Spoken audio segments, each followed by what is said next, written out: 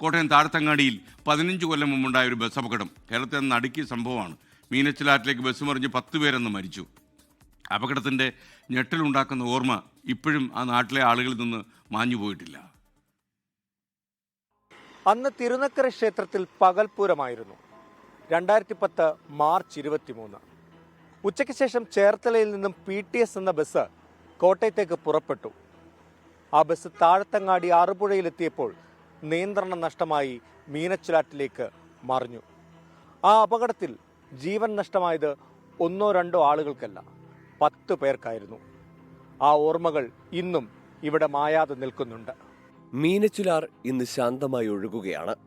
എങ്കിലും ആ നടുക്കുന്ന ദിനം ഇവിടെയുള്ള പലരുടെയും മനസ്സിൽ നിന്ന് മാഞ്ഞിട്ടില്ല.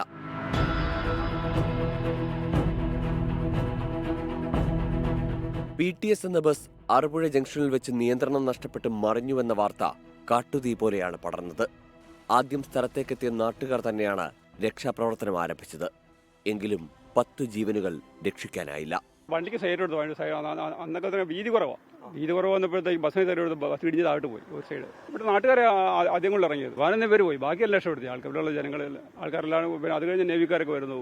ഒരു വീല് അബദ്ധത്തിൽ അയാത്ത് വീണ് രണ്ടാമത്തെ വീല് വെട്ടിക്കാൻ പോയപ്പോൾ വണ്ടി വീല് ഇറങ്ങിപ്പോയി. ബസ് പോഷയടിച്ച് മറിയായിരുന്നു. കരണ്ടുള്ള സമയമാണ്. അപ്പോൾ ഞാനിവിടുന്ന് കണ്ടിട്ട് ഓടി ചെന്ന് ഞാൻ ആദ്യം വെള്ളത്തിൽ ചാടുന്ന ഞാനാണ്. ഞാൻ ചാടി കുറച്ച് പേരെ രക്ഷിച്ചു. പിന്നെ അതിൽ നാട്ടുകാരൊക്കെ കൂടി. ഞങ്ങൾ 4 പേരാണ് മെയിനായിട്ട് നിന്ന്. അപ്പോൾ അതിനകത്ത് 11 പേര് മരിച്ചു. ഒത്തിരി പേരെ രക്ഷപ്പെടുത്തുകയൊക്കെ ചെയ്തു. അപകടത്തിന്റെ കാരണം ഇപ്പോഴും വ്യക്തമല്ല. എതിരെ വന്ന വാഹനത്തിന് സൈഡ് കൊടുത്തപ്പോഴുണ്ടായ അപകടമെന്നാണ് പലരും പറയുന്നത്. എന്നാൽ ഡ്രൈവറുടെ അശ്രദ്ധയാണ് അപകടത്തിന് കാരണമെന്ന് മറ്റു ചിലർ പറയുന്നു. ഡ്രൈവറുടെ ഭാഗത്തു നിന്ന് വീഴ്ചയുണ്ടായെന്ന് ജില്ലാ കളക്ടർ റിപ്പോർട്ട് നൽകിയിരുന്നു. റോഡിന് വീതിയില്ലാതിരുന്നതും അപകടത്തിന് കാരണമായി കണ്ടെത്തിയിരുന്നു. സംഭവം നടന്ന സ്ഥലത്ത് സംരക്ഷണ ഭിത്തി കെട്ടി അപകട സാധ്യത കുറച്ചിട്ടുണ്ട്. എന്നാൽ താഴത്തങ്ങാടിയിൽ മീനച്ചിലാറിന്റെ തീരങ്ങൾ പലതും ഇപ്പോഴും അപകട ഭീഷണി ഉയർത്തുന്നുണ്ട്. കോട്ടയത്ത് നിന്ന് അരുൺ നീണ്ടൂറിനൊപ്പം ടോബി ജോൺസൺ, 24.